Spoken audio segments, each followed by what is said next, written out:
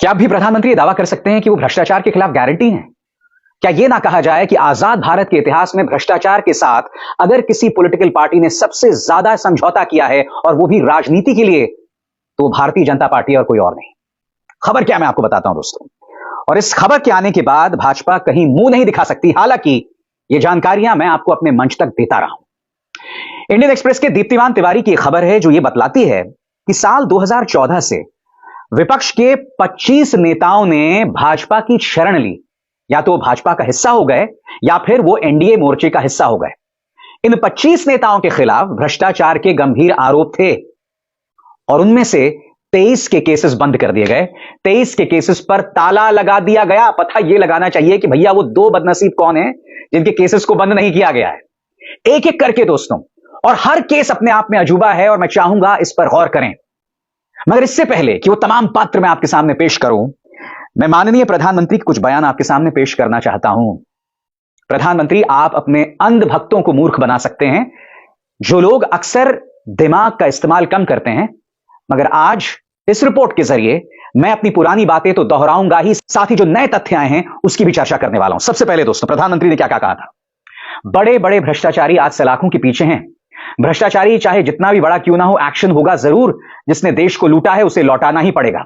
फिर मैं सिर्फ भ्रष्टाचारियों की जांच नहीं कर रहा हूं, मेरी गारंटी है कि जिसने भी देश को लूटा है, मैं जो लूटा हुआ खजाना है वो देश की जनता को वापस करूंगा। तीसरा बयान, मेरठ की रैली में प्रधानमंत्री ने कहा, भ्रष्टाचारी कान खोलकर सुन ले, मोदी पर चाहे जितने भी हमले करो, ये मोदी है, रुकने वाला नहीं है।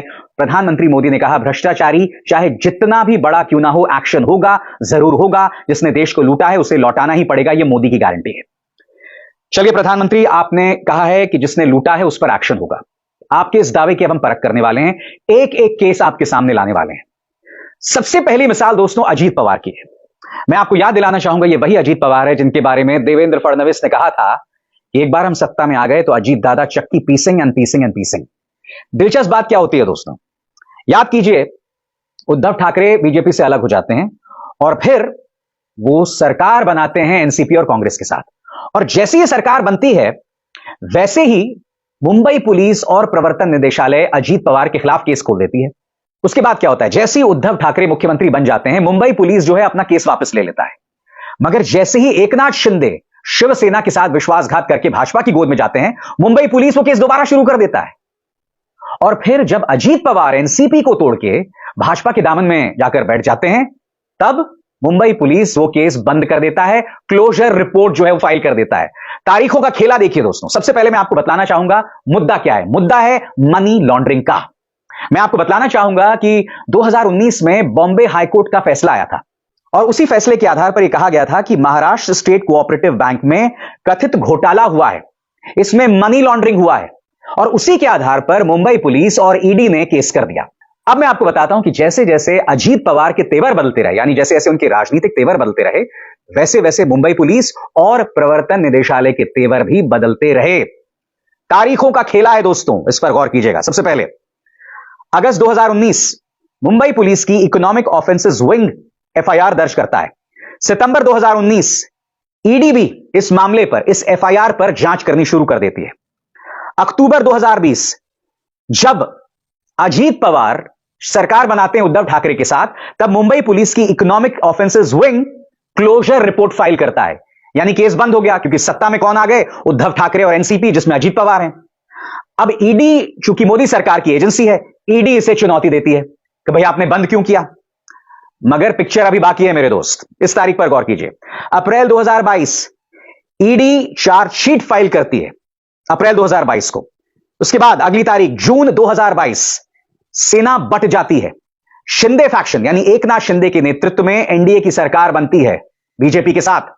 अक्टूबर 2022 वो मुंबई पुलिस जो अपनी क्लोजर रिपोर्ट फाइल कर चुका था, जैसे ही सत्ता बदलती है, मुंबई पुलिस की इकोनॉमिक ऑफेंसेस विंग कहती है कि हमें प्रवर्तन निदेशालय के सबूतों के आधार पर और जांच करनी है। यानी कि उसी दिन तो पहले इन्होंने क्लोजर रिपोर्ट फाइल कर दी थी, मगर अब ईडी के दबाव में वो केस फिर से खोल देते हैं। अब इस तारीख पर गौर कीजिए, जुलाई 2023, ये वो तारीख है जब पवार जो है, अजीत पवार, एनडीए ज्वाइन कर लेते हैं डिप्टी चीफ मिनिस्टर के तौर पर। अब इस तारीख पर गौर कीजिए, 2-3 महीने पहले की बात है। जनवरी 2024 मुंबई की इकोनॉमिक ऑफेंसेस विंग जो है वो दूसरी क्लोजर रिपोर्ट यानी केस को रफा दफा करने, बंद करने की रिपोर्ट फाइल करती है। मैंने आपके सामने दोस्तों पूरी तारीखें पेश की हैं, पूरी तारीखें पेश की हैं। इसमें मैंने आपको बताया कि किस तरह का वाहियात खेला हो रहा था। अब मुझे बताइए ना, आप सत्ता के किस कोने में बैठे हैं, क्या इस बात पर निर्भर करेगा कि आपका गुनाह क्या है? यानी कि अगर अरविंद केजरीवाल भाजपा की गोद में जाके बैठ गए तो वो सबसे बड़े देशभक्त हैं। अगर राहुल गांधी प्रधानमंत्री नरेंद्र मोदी के गुण गाने लग गए तो वो सबसे बड़े देशभक्त हैं। क्या भाजपा को शर्म आती है? क्या आपको अधिकार है दूसरों पर तोहमत जड़ने की? चलिए, बात वहां नहीं रुकती, और मामले दिखाता हूं मैं आपको। अब आपकी स्क्रीन पर यह कौन है? प्रफुल्ल पटेल। हाल ही में सीबीआई ने विमान से जुड़े घोटाले पर क्लोजर रिपोर्ट फाइल की है, केस बंद कर दिया। आप जानते हैं प्रफुल्ल पटेल भी बीजेपी में चले गए। मामला गंभीर था, और यही नहीं, भाजपा उन पर यह भी आरोप लगा रही थी कि इनके ताल्लुकात अंडरवर्ल्ड डॉन इकबाल मिर्ची से हैं। अब इनके केस में तारीखों का क्या खेला हुआ, उस पर आप निगाह डालिए। मई 2017 सीबीआई इस मामले में एफआईआर दर्ज करती है। एयर इंडिया इंडियन एयरलाइंस का जो मर्जर हुआ था उस पर वो एफआईआर दर्ज करती है। उसके 2 साल बाद मई 2019 में ईडी प्रफुल्ल पटेल का नाम लेती है अपनी चार्जशीट में। फिर अगली तारीख जून 2023 प्रफुल्ल पटेल एनडीए का हिस्सा हो जाते हैं, यानी कि बीजेपी के गोद में जाके बैठ जाते हैं। अब तारीख पर गौर कीजिए, मार्च 2024 यानी कुछ ही दिनों पहले सीबीआई इस मुद्दे पर क्लोजर रिपोर्ट, यानी कि मामले को रफा दफा कर देना, मामले को बंद कर देना। अब यह मामला अदालत में लंबित है। इसके बाद महाराष्ट्र के कुछ और चेहरे, प्रताप सरनायक। दोस्तों, प्रताप सरनायक जो हैं वो भाजपा के गठबंधन में शामिल हो गए थे एकनाथ शिंदे की शिवसेना के साथ 2022 को। इन पर क्या आरोप था? इन पर यह आरोप था कि एक सिक्योरिटी फर्म के साथ इनकी जो कंपनी के डीलिंग्स थे उसमें घपले की बात की जा रही थी। और अब गौर कीजिए, इस तारीख पर जून 2021